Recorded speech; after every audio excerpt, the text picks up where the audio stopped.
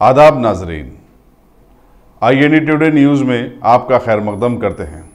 आइए देखते हैं ये तफसीलात। आज भारतीय जनता पार्टी राष्ट्रीय अध्यक्ष जी एवं कार्यकर्ताओं की ओर से शुक्रवार रात केरल प्रदेश में राज्यसभा के सांसद एवं भाजपा के प्रदेश के पूर्व अध्यक्ष मुरलीधरन जी के पैतृक निवास पर कंट्री बॉम्ब के माध्यम से जो अटैक हुआ उसका खंडन करती है। हम प्रेस के माध्यम से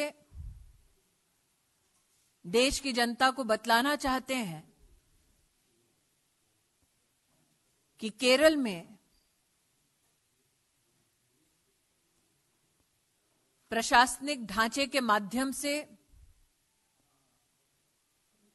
लॉ एंड ऑर्डर इस प्रकार ध्वस्त हो चुका है कि ना साधारण नागरिक सुरक्षित है, न ही देश का एक सम्मानित सांसद। आपके माध्यम से यह भी बतलाना चाहेंगे कि वर्तमान में केरल में सामाजिक और राजनीतिक परिस्थिति कुछ ऐसी है कि जनता पर लगभग 1286 केस रजिस्टर हुए हैं। केरल में इस वक्त माहौल ऐसा है, 37,000 लोग प्रदेश की सरकार ने आरोपी बनाए हैं और लगभग 3,170 से भी ज्यादा लोगों को हिरासत में लिया, मात्र इसलिए क्योंकि केरल की जनता प्रदेश की सरकार के खिलाफ,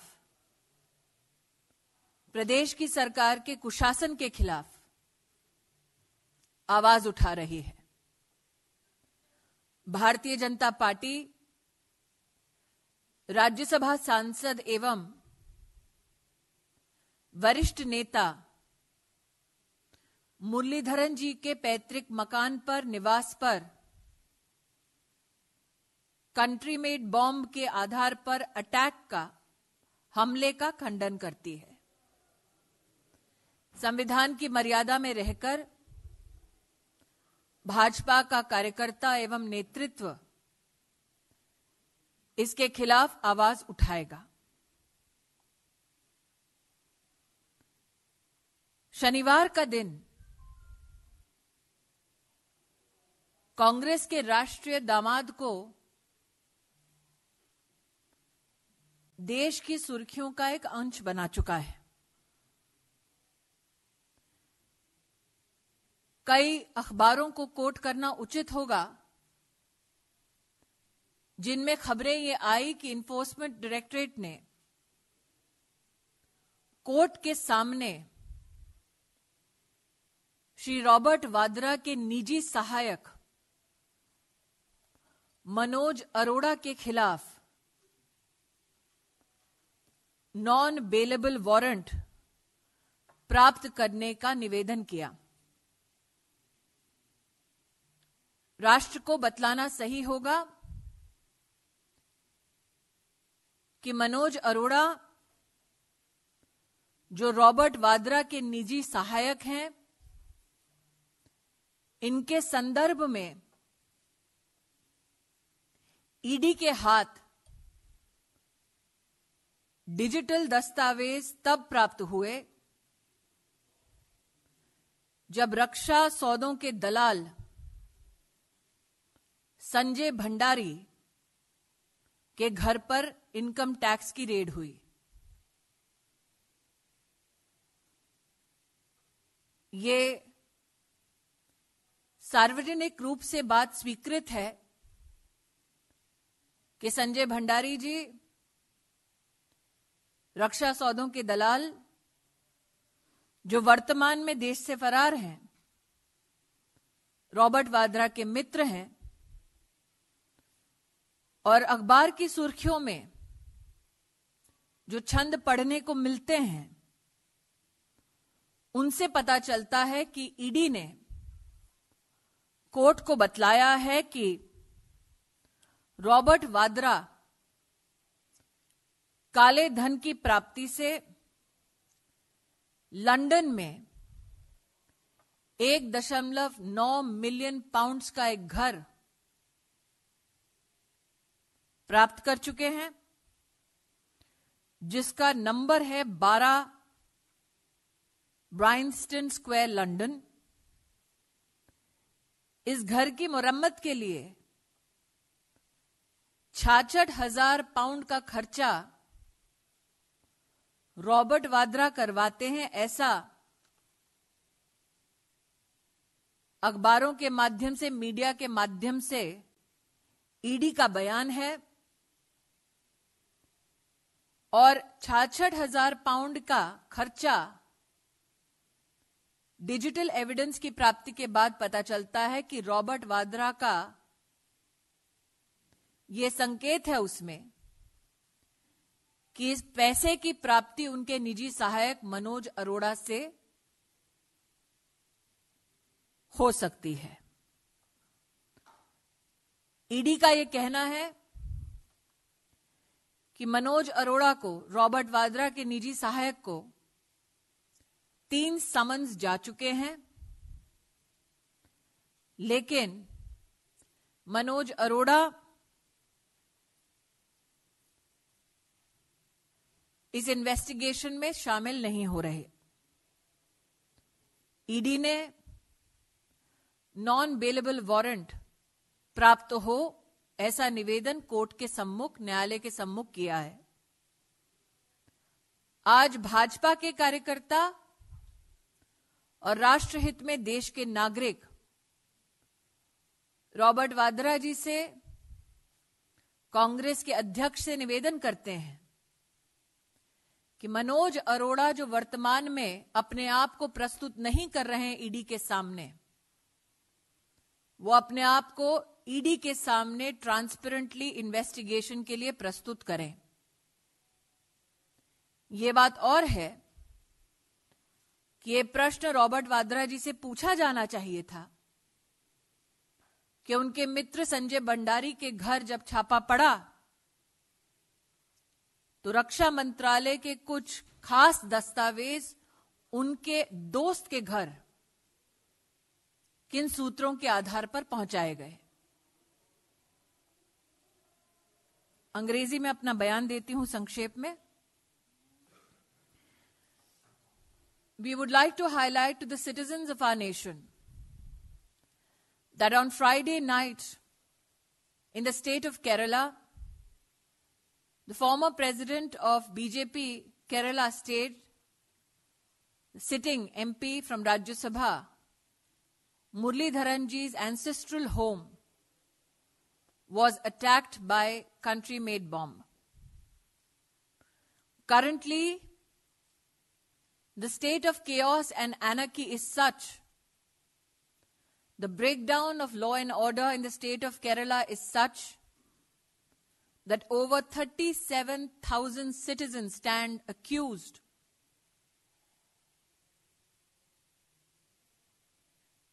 of going up against a government in Kerala that is compelled to crush the spirit of the state of Kerala.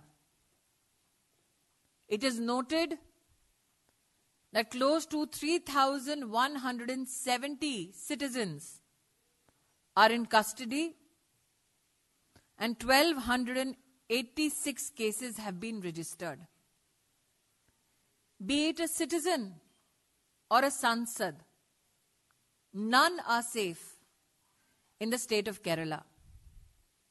On behalf of the Bharatiya Janata Party, we condemn this dastardly attack on the House of Rajya Sabha MP, and within the ambit of the Constitution, the Bharatiya Janata Party will raise its voice against this violence, which is seen widely in the state of Kerala today. Saturday ensured that the Congress Rashtriya Damad makes headlines in the country. Media reports highlight that the ED presented itself before the Honorable Court and sought a non-bailable warrant against the personal assistant of Sri Robert Vadra. Media reports have highlighted how digital evidence was procured during an income tax department raid on the premises of Sanjay Bhandari, a well-known arms dealer who also happens to be a close friend of Sri Robert Vadra. Media reports highlight that in the digital evidence procured during this raid, it was found, and I quote, that Robert Vadra beneficially controls a house in London, 12 Bryanston Square, which is worth £1.9 million. In the digital evidence found, communication between Sri Robert Vadra and others have shown that the London house procured by Mr. Vadra underwent renovation to the tune of £66,000. Media reports again highlight how Mr. Vadra indicated that the said amount can be addressed, paid by his assistant Manoj Arora. Through the media, it has come to be highlighted amongst the citizens of our country that even after 3 summons, Manoj Arora, assistant of Robert Vadra, refused to join the investigation of the ED. The ED has requested the court of law to issue a non-bailable warrant in the fear that Robert Vadra's personal assistant will flee justice. Today, it is upon us to request Mr. Vadra that in the interest of justice, kindly tell your personal assistant to present himself before the Enforcement Directorate. I would also join that the Honorable Congress President beseech his brother-in-law to ensure that Manoj Arora presents himself before the authorities. One must here also reflect that media reports have enunciated time and again that during the raid on Sanjay Bhandari's premises, important confidential and sensitive documents relating to the Defence Ministry were found in the premises of Sanjay Bhandari. Since Mr. Vadra is a publicly known associate of Sanjay Bhandari, an arms dealer, he may also want to enlighten the nation as to how his friend, an arms dealer, came to be in possession of sensitive defense documents. I'll now leave the floor open for questions.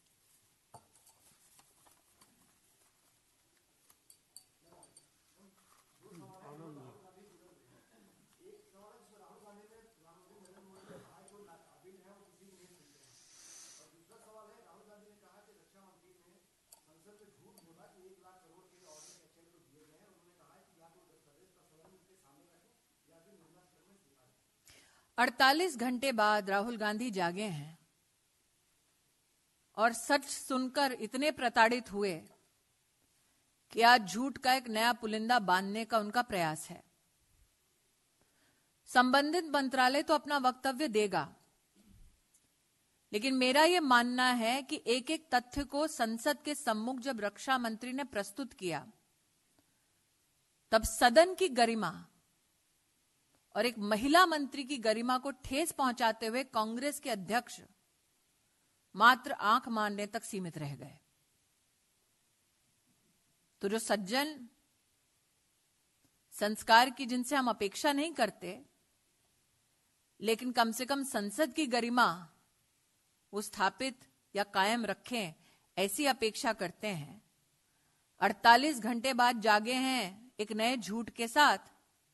वो झूठ भी संसद और संसद के बाहर दोबारा ध्वस्त होगा, ऐसा मेरा विश्वास है।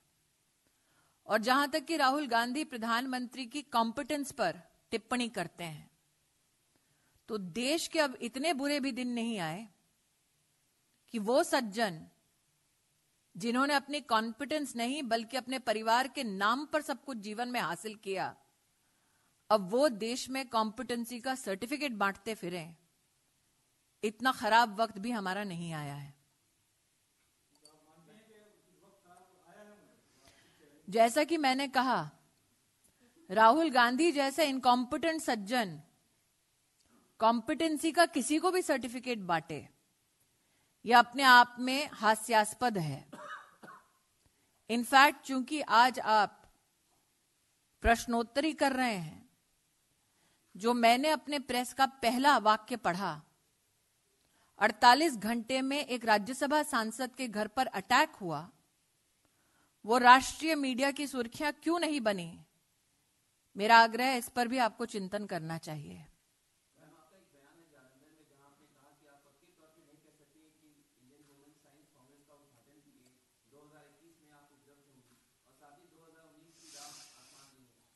पीटीआई और मेरा रिश्ता बहुत पुराना है।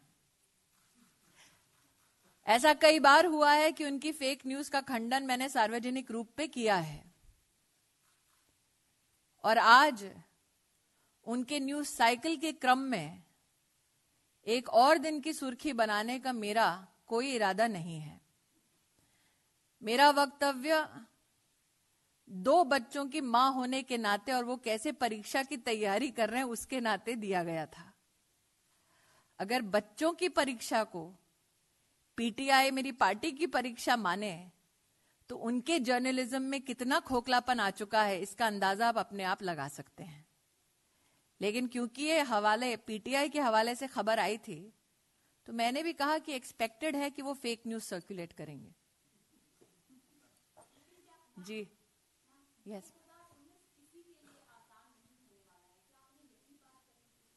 मैडम, मेरा वीडियो पे स्पीच पूरा है। उसमें मैकेनिकल इंजीनियरिंग, स्पेशल एबिलिटी के ऊपर चर्चा है। उसके ऊपर ये चर्चा है English is the lingua फ्रैंका of science. ये आपने कहीं सुना? इसलिए पूरा भाषण सुन लीजिए। जी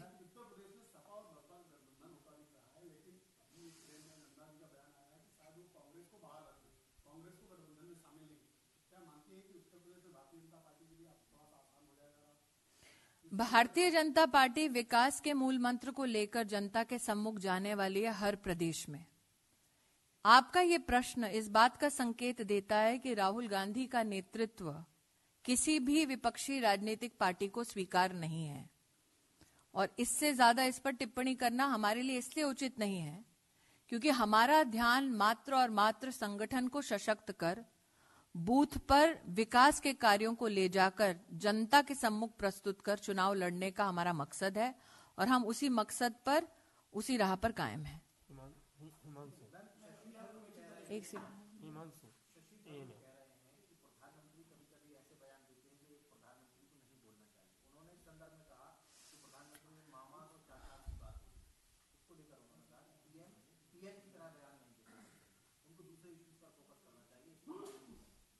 देखिए, अभी उनकी हाल ही में एक किताब आई है जिनकी सेल्स की बढ़त तब होगी जब वो पीएम पर कटाक्ष करेंगे।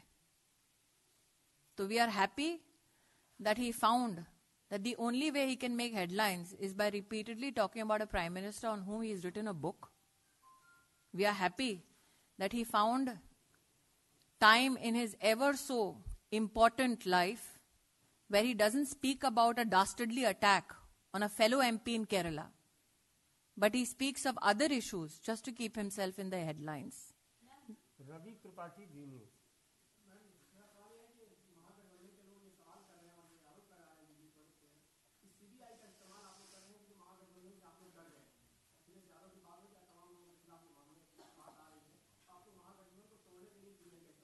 गायत्री प्रजापति का केस अमेठी के हर नागरिक को पता है।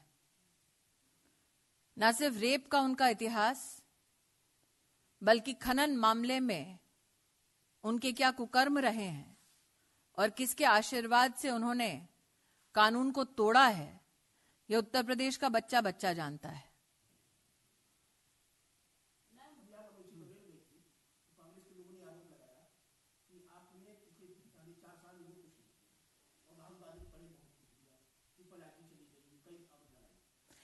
मैं बहुत खुश हूं कि मैं जो हार गई अमेठी से, कांग्रेस के अमेठी के लोग मुझसे अपेक्षा करते हैं और मेरी तुलना आज अपने राष्ट्रीय अध्यक्ष से करते हैं।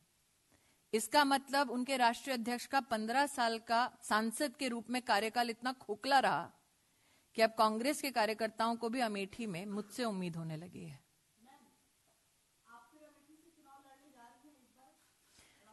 मैंने गत 5 वर्षों में कहा है, आज भी दोबारा दोहराऊंगी और आशा करती हूं इसको पीटीआई अलग रूप से ना प्रस्तुत करे कि टिकट का निर्णय हमारी पार्टी में सिर्फ पार्लियामेंट्री बोर्ड और राष्ट्रीय अध्यक्ष लेते हैं।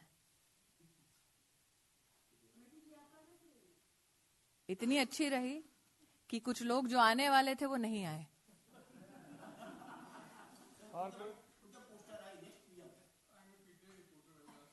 Yes. One has to have a declaration. He was not there in the... Yes.